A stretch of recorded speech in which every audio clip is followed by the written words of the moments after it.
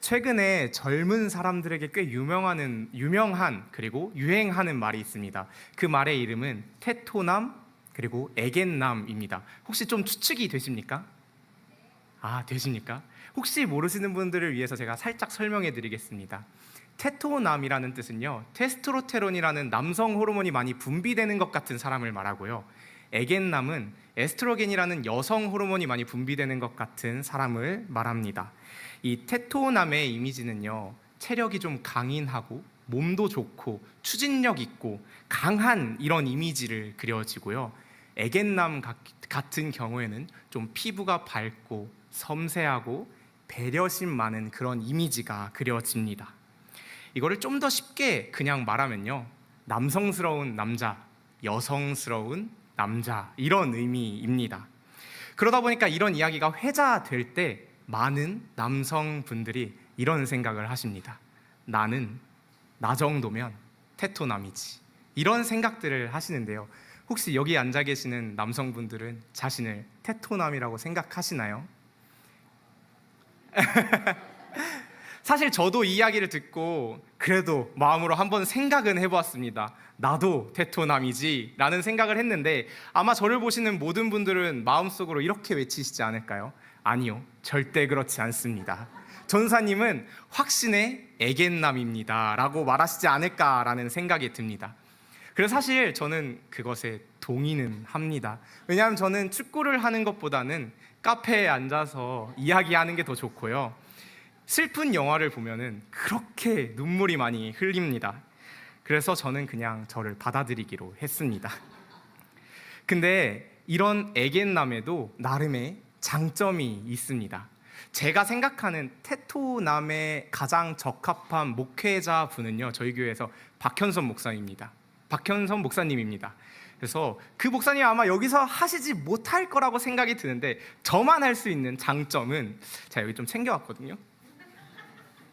사랑합니다. 사랑합니다. 이런 애정 표현을 에겐남은 정말 잘한다는 것입니다. 어떻게 제가 나중에 좀 이제 결혼을 하고 남편이 되면 좀 섬세하고 배려심 있고 애교 많은 남편이 될 것 같나요? 감사합니다. 제가 사실 이렇게 서두에 테토남과 에겐남이라는 이야기를 하게 된 이유는요, 오늘 주인공이 이 에겐남의 정석 같아 보입니다. 그리고 반대로 이 야곱의 형은 테토남의 정석처럼 보입니다. 온몸에 근육질이고요, 털이 많고요, 사냥을 좋아합니다. 이런 모습이 바로 테토남의 정석이죠. 근데 반대로 야곱은 조용하고 집에 거주하는 사람으로 묘사됩니다. 그리고 요리를 할 줄 아는 걸로 봐서는 어머니를 도와 분명 집안일을 많이 했을 것입니다. 그런 어머니인 리브가가 야곱을 사랑하지 않을 수 없겠죠. 야곱이 집안일을 잘하고 그러니까 어머니가 야곱을 사랑하는 걸로 봐서는 야곱과 어머니가 좋은 관계를 맺고 있을 것 같습니다. 근데 저도 어머니랑 관계가 정말 좋습니다. 근데 제가 집안일은 잘 못해요. 청소를 잘 못합니다. 그런데도 어머니랑 관계가 좋은데, 그 이유 중에 하나는 제가 어머니랑 대화를 많이 해서 그런 것 같습니다. 교회에서 무슨 일이 있고 학교에서 무슨 일이 있고 어디서 무슨 새로운 일을 경험하면 엄마를 찾아가서 전 얘기합니다. 엄마, 나 오늘 이런 일이 있었다? 오늘도 출근하면서 얘기했습니다. 엄마, 나 오늘 설교해. 이러면서 이 자리에 오게 되었습니다. 그래서 어머니랑 굉장히 관계가 좋은데, 아마 제가 생각하기에 야곱도 어머니랑 이런 대화를 굉장히 많이 나누고 좋은 관계를 유지했을 것 같습니다. 근데 이런 대화를 나누다 보면은 야곱에 대한 사랑이 커지는 만큼 안타까운 마음이 들 때가 있을 것 같습니다. 왜냐하면 에서는 결혼도 했고요, 독립심도 있고요, 혼자서 사냥을 나가기도 합니다. 근데 반대로 야곱은 결혼도 하지 못했고 집에 혼자 있는 시간이 많습니다. 그런 야곱을 바라보는 리브가의 마음 가운데는 걱정과 근심이 분명 있었을 것입니다. 근데 문제는 아들은 그런 마음을 알지 못한다는 것입니다. 야곱은 아마 여전히 집에서 시간을 보내며 굳이 위험을 감수하지 않고 형처럼 사냥을 나가지도 않고 결혼을 하지도 않고 가정을 꾸리지도 않았습니다. 그저 안전한 부모님의 집에서 시간을 보냅니다. 그런 야곱에게 있어서 집은, 아버지의 집은 삶의 전부가 되어 갑니다. 그런 야곱에게 한 가지 욕심이 생기지 않을까라는 생각이 듭니다. 그것은 나의 삶의 전부인 이 이삭의 집이 내 것이 되었으면 좋겠다라는 욕심입니다. 그것으로 인해서 장자권을 얻기도 했고요. 그 다음으로는 장자의 축복을 빼앗기도 합니다. 근데 사실 우리가 성경을 읽고 교회에서 들은 이야기로는 리브가가 야곱을 꼬드겨 장자의 축복을 얻은 것이라고 많이 생각을 하는데요. 이 당시 야곱이 사실은 어린 나이가 아닙니다. 우리가 어렸을 때부터 들은 야곱은 굉장히 어린 나이에 광야로 도망간 것 같지만 사실 이때가 70살이 넘은 나이입니다. 요셉이 야곱을 애굽으로 초대한 그 나이로부터 거꾸로 역추적해보면요, 이때쯤은 한 77세 정도 나이입니다. 이 77세의 노인이 어머니의 입김으로 장자의 축복을 빼앗았다라는 것은 조금 설득력이 부족한 이야기입니다. 야곱은 분명 어머니의 이야기를 들은 것은 맞지만 본인이 선택하고 본인이 행동했습니다. 그리고 그 선택의 책임은 본인이 져야만 했습니다. 야곱에게 있어서 이제 야곱은 안전한 집을 원했지만 이제 그 안전한 집을 잃어버렸습니다. 그의 인생의 전부였던 안전한 집은 더 이상 안전하지 않습니다. 왜냐하면 에사우에게 죽임을 당할 수밖에 없기 때문입니다. 정신없이 집을 나왔지만 야곱에게 있어서 집 밖 또한 안전하지는 않습니다. 그곳은 미지의 세계입니다. 그 집 밖이 과연 야곱의 생명을 유지해 줄 수 있을지 않을지 알 수 없습니다. 그리고 야곱이 삼촌 집인 라반의 집까지 가는 그 길은 약 800km가 넘는 길입니다. 이제 야곱은 혼자 한 걸음 한 걸음의 길을 걸어야 합니다.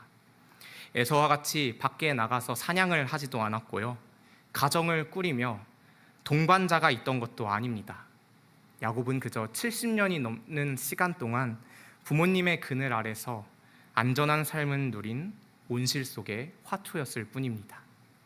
내비게이션도 없고 손전등도 없고 가로등도 없는 그 광야를 야곱은 혼자 걸어야 했습니다. 이제 야곱의 진정한 홀로서기가 시작된 것입니다. 이제 우리 삶으로 돌아와서 야곱과 같은 순간이 없었는지 조금 생각해 보았으면 좋겠습니다. 저에게는 이 야곱과 같은 시간이 분명 있었습니다. 짧은 인생이지만 약 4년 전 2021년 3월 2일 저는 남자라면 모두가 가야 했던 그곳으로 가게 되었습니다. 아버지의 차를 타고 충북 괴산인 육군학생 군사학교라는 곳으로 갔는데요, 부모님의 차를 타고 갔고 그 위병소를 넘어서는 그 순간까지도 사실은 굉장히 담담했습니다. 왜냐하면 사실 아직 실감이 나지 않았기 때문입니다. 내가 아직 군대에 왔구나라는 마음 자체가 없었습니다. 근데 저는 아빠의 그 눈에 서린 그 빨간색 핏줄들을 보고 아빠가 그렇게 서글프게 우는 걸 처음 봤습니다. 근데 저는 그걸 보고도 그냥 담담히 들어갔습니다. 생활관에 들어갔고 그저 그 피복을 받고 이런저런 일들을 다 끝내다 보니 밤이 되었습니다. 이제 밤이 되어서 잠을 청하게 되었는데요, 근데 갑자기 저에게 이런 소리가 들리는 겁니다. 그 이상한 소리의 정체는 빰빰빰빰빰빰빰빠라빰빰빰 이런 소리였습니다. 전 사실 그때부터 실감하기 시작했습니다. 그리고 제 마음을 휘감는 그 딱 하나의 생각이 있는데 그것은 망했다입니다. 어영부영 하루가 또 지나가고 밤이 찾아왔습니다. 이제 하루 종일 저는 망했다라는 생각을 가지고 밤이 찾아왔는데 둘째 날은 부모님께 내가 안전하게 잘 살고 있다라고 전화하라고 휴대폰을 주어주는 겁니다. 그리고 부모님께 전화를 했고 저는 어머니의 목소리를 듣자마자 진짜 폭풍 눈물을 흘렸습니다. 그리고 목이 메어서 아무 말도 할 수 없어서 전화를 그냥 끊었습니다. 그리고 밤에 그 딱딱한 침상에 누워 천장을 보고 있는데 이런 생각이 떠오르게 되었습니다. 나 괜찮을까? 괜히 장교로 간다고 했나? 앞으로 39개월이라는 시간을 어떻게 버티지? 지금이라도 포기할까? 침대에 누워서 온갖 부정적인 생각을 하고 있는데 제 양옆에 동기들이 자고 있었기 때문에 제가 눈물을 흘리거나 제가 소리를 내어 우는 그런 모습을 보여줄 수는 없어서 모포를 얼굴까지 뒤덮고 정말 소리 없이 울었습니다. 근데 이런 야곱과 저와 같은 홀로서기의 시간들은 저만 경험하는 것이 아닙니다. 이곳에 모인 우리가 경험했었고 경험하고 있고 또 경험하게 될 그런 이야기입니다. 오늘 아마 이 자리에 있는 어떤 분은 이 예배가 끝나고 집에 돌아가셨을 때 그 집에서 홀로 신앙을 지키고 있느라 그곳이 광야의 한복판일 수도 있습니다. 또 어떤 분은요, 직장이 광야의 한복판일 수도 있습니다. 나만 하나님을 믿고 의지하며 살아가고 있는 그곳, 기도하고 예배하는 것이 이상하다고 생각되어지는 그곳에서 홀로 외로운 시간을 보내고 계신 분이 분명 있을 것입니다. 우리 다음 세대 교회 학교 아이들도 마찬가지입니다. 어린 시절부터 우리 교회라는 곳에서 하나님을 믿고 어떻게 살아야 되는지에 대해서 많이 배웠지만 학교에 가는 순간 다르게 사는 삶을 배워야 합니다. 그 삶을 배우고 또 교회에 오고 그 사이에서 괴리감은 우리 아이들에게 있어서는 광야의 길일 수도 있습니다. 신앙을 지켜내기에 정말 좋은 이 교회에서 벗어나는 순간 우리는 혼자 저 세상에서 영적 전쟁을 감당해내야 합니다. 수많은 총알이 빗받칠 거고요. 수없이 밀려오는 사탄과 죄들이 우리를 덮쳐올 것입니다. 그런데 그곳에는요, 우리 혼자 있습니다. 권사님도 없고요, 집사님도 없고요, 장로님도 안 계십니다. 내 직장과 나의 집, 그리고 우리 아이들이 있는 학교, 나의 삶의 터전에는요, 그 누구도 함께하지 않습니다. 철저하게 나 혼자 있습니다. 이 전쟁의 결말은 뻔합니다. 100% 우리가 질 것입니다. 우리는 야곱이 도망갔던 것처럼, 에서를 피해 도망갔던 것처럼 우리도 도망가고 쓰러지고 넘어지고 차가운 바닥에 누워 야곱처럼 잠들 것입니다. 다시 성경으로 돌아가 보겠습니다. 시간이 얼마나 흘렀을지 모르겠습니다. 야곱은 어딘지도 모르는 그 광야의 길을 걷고 있습니다. 한 걸음을 한 걸음 내디딜 때마다 그 걸음은 점점 무거워집니다. 왜냐하면 야곱을 휘감는 그 부정적인 생각들 때문일 것입니다. 야곱은 자신이 했던 모든 행동들이 자신을 원망하게 하고 또 자신을 힘들게 하여 그 발걸음이 무거워졌을 것입니다. 그렇게 밤이 찾아오고 더 이상 걸을 수 없게 되었을 때 야곱은 그 자리에 주저앉습니다. 그리고 자신의 몸을 기댈 만한 어떤 무엇인가를 두리번거리며 찾는데 눈앞에 돌 하나가 보입니다.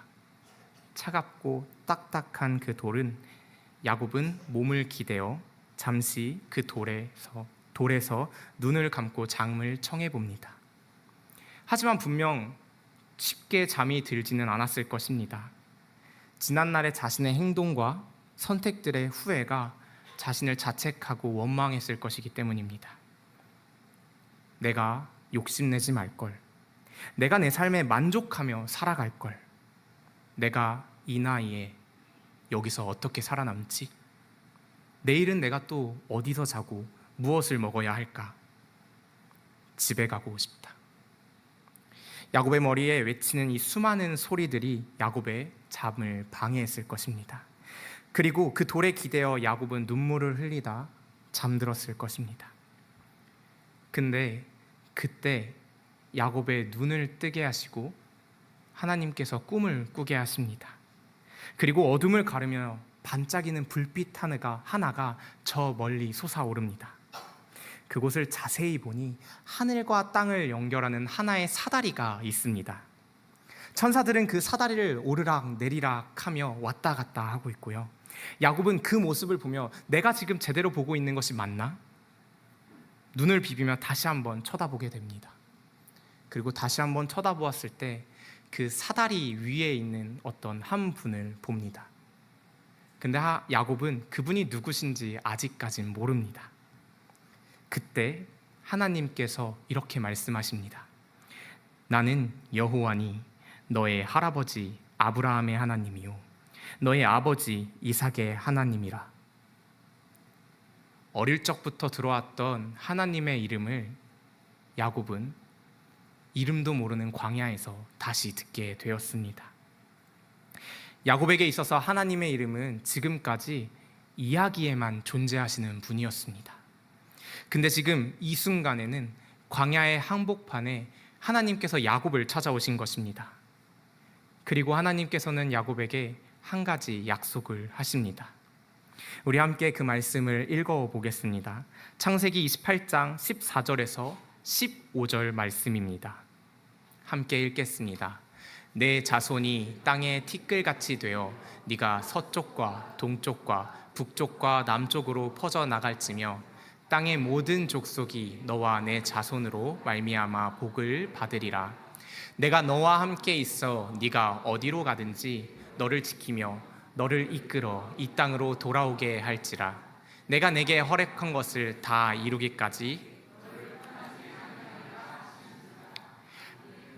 야곱이 이 약속을 들었을 때는 놀라지 않을 수가 없습니다. 왜냐하면 이 약속은 어디서 어렴풋 들어본 적 있는 약속 같기 때문입니다. 그 약속은 어렸을 때부터 들었던 그 할아버지 아브라함에게 주신 하나님의 약속과 똑같았기 때문입니다. 하나님께서는 그 야곱에게 이렇게 말씀하십니다. 너는 혼자가 아니다. 내가 어디로 가든지 내가 너와 함께 할 것이다. 내가 약속한 모든 것을 이룰 때까지 너를 떠나지 않겠다. 이 말씀을 듣고 야곱은 잠에서 깨어납니다. 야곱의 온몸은 떨립니다. 하지만 그것도 잠시. 그 두려움을 떨쳐내고 일어나 야곱은 그 자리에서 고백합니다. 아니요, 선포합니다. 이곳은 하나님의 집입니다. 이곳은 하나님께서 나와 함께 하시는 베델입니다.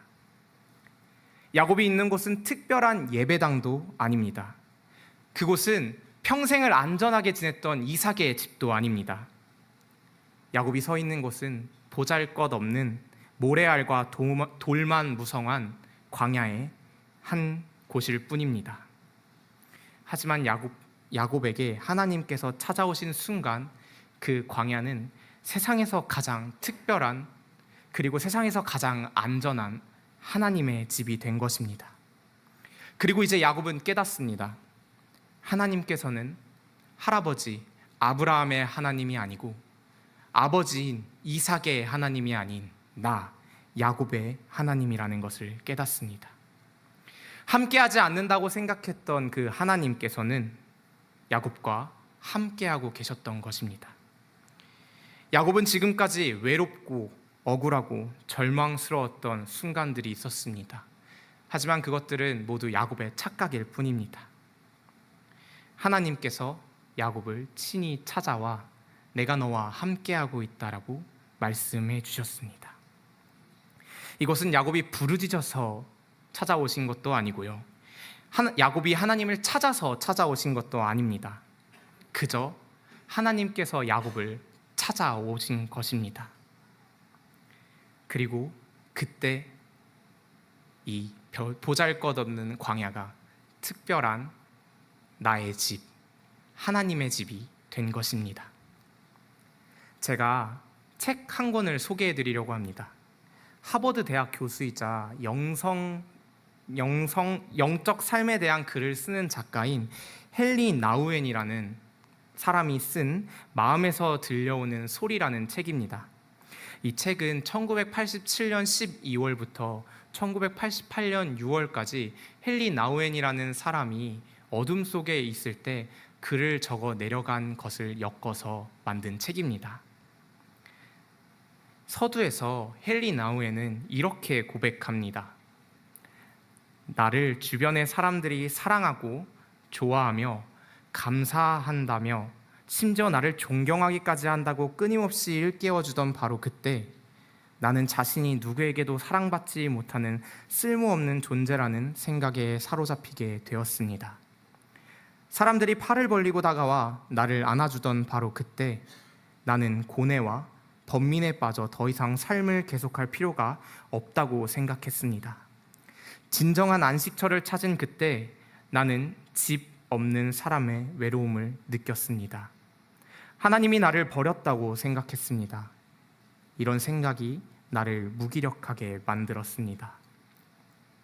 나름 유명하고 영적 생활에 대해서 책을 쓰는 이 헨리 나우엔도 혼자 된 것만 같은 시간들을 보냈습니다. 그런데 그가 다시 몸을 일으켜 그의 글이 세상 밖으로 나올 수 있었던 이유는 나우엔이 하나님을 만나고 하나님의 사랑에 대한 확신으로 회복되었기 때문입니다. 그리고 나우엔은 자신의 책 끝에서 이렇게 고백합니다. 나는 힘들고 고통스러웠던 세월 동안 하나님이 참으로 존재하는지 혹은 내 상상 속에 만들어낸 존재가 아닌지 하는 의혹을 가졌습니다. 그러나 이제는 내가 철저하게 버림받았다고 생각했던 바로 그 순간에도 하나님이 나를 버리시지 않았다는 사실을 알고 있습니다. 지상에 머무를 시간이 얼마 남지 않은 지금 나는 내 마음속에 들려오는 사랑의 소리에 귀를 기울입니다. 그 소리는 점점 크게 들려옵니다. 나는 앞으로도 이 소리에 귀를 기울이고 이 소리가 인도하던 대로 세상을 살아가고 싶습니다. 그러다가 하나님이 두 팔 벌려 마주해 주실 영원한 생명의 나라로 돌아가고 싶습니다. 그때까지 내 마음속에 들려오는 사랑의 소리는 나의 삶을 비춰주는, 내 삶을 비춰주는 등대가 될 것입니다. 야곱과 같이, 그리고 유명한 영성가 헨리 나우엔과 같이 나의 삶의 자리에서 광야를 경험하고 계십니까? 아니면 나 혼자인 것만 같다는 생각에 쌓여 그리스도인임을 포기하고 싶은 순간이 있으십니까? 철저하게 혼자라고 생각되어 지쳐 쓰러져 주변에 보이는 돌에 기대어 그저 눈물 흘리고 계십니까? 그런 하나님께서는 우리에게 말씀하십니다. 내가 너와 함께 있다.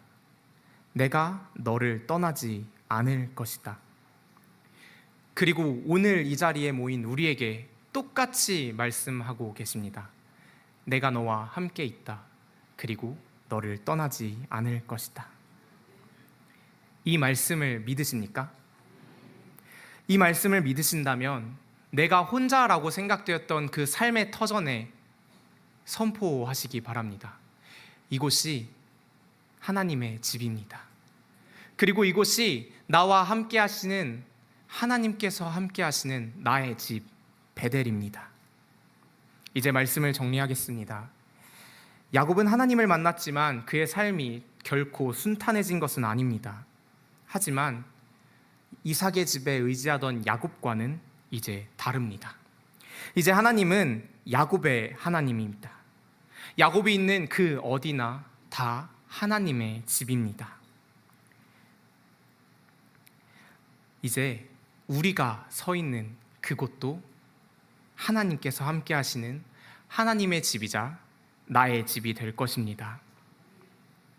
사랑하는 남광교회 성도 여러분, 하나님께서 우리에게 말씀하고 계심을 꼭 기억하십시오. 내가 너와 함께한다. 내가 너를 떠나지 않을 것이다. 밀려오는 사탄의 공격, 죄의 공격을 두려워하지 마십시오. 우리는 세상에서 가장 안전한 하나님의 집에 살고 있습니다. 기도하시겠습니다. 사랑과 은혜가 많으신 하나님, 우리는 야곱처럼 종종 혼자인 것만 같은 착각 속에서 살아갑니다. 그러나 주님께서는 그런 우리에게 다가오셔서 말씀하셨습니다. 내가 너와 함께 있다. 너를 떠나지 않을 것이다. 주님의 이 약속을 굳게 붙잡게 하시고 우리의 삶의 자리가 곧 하나님의 집 베델임을 기억하며 살아가게 하여 주시옵소서. 세상 그 어디보다 안전한 주님의 품 안에서 참된 평안을 누리게 하여 주시옵소서. 우리는 연약하여 하나님의 음성을 들었으나 쉽게 잊고 주님의 은혜를 보았으나 곧 잊어버리는 부족한 존재입니다. 그러나 다시 한번 주님의 말씀대로 살고자 결단합니다. 우리의 마음판에 지워지지 않도록 말씀을 새겨주셔서 언제 어디서나 하나님과 동행하며 세상을 살아갈 수 있도록 인도하여 주시옵소서. 우리와 늘 함께하여 주실 주님을 믿으며 예수님의 이름으로 기도드립니다. 아멘.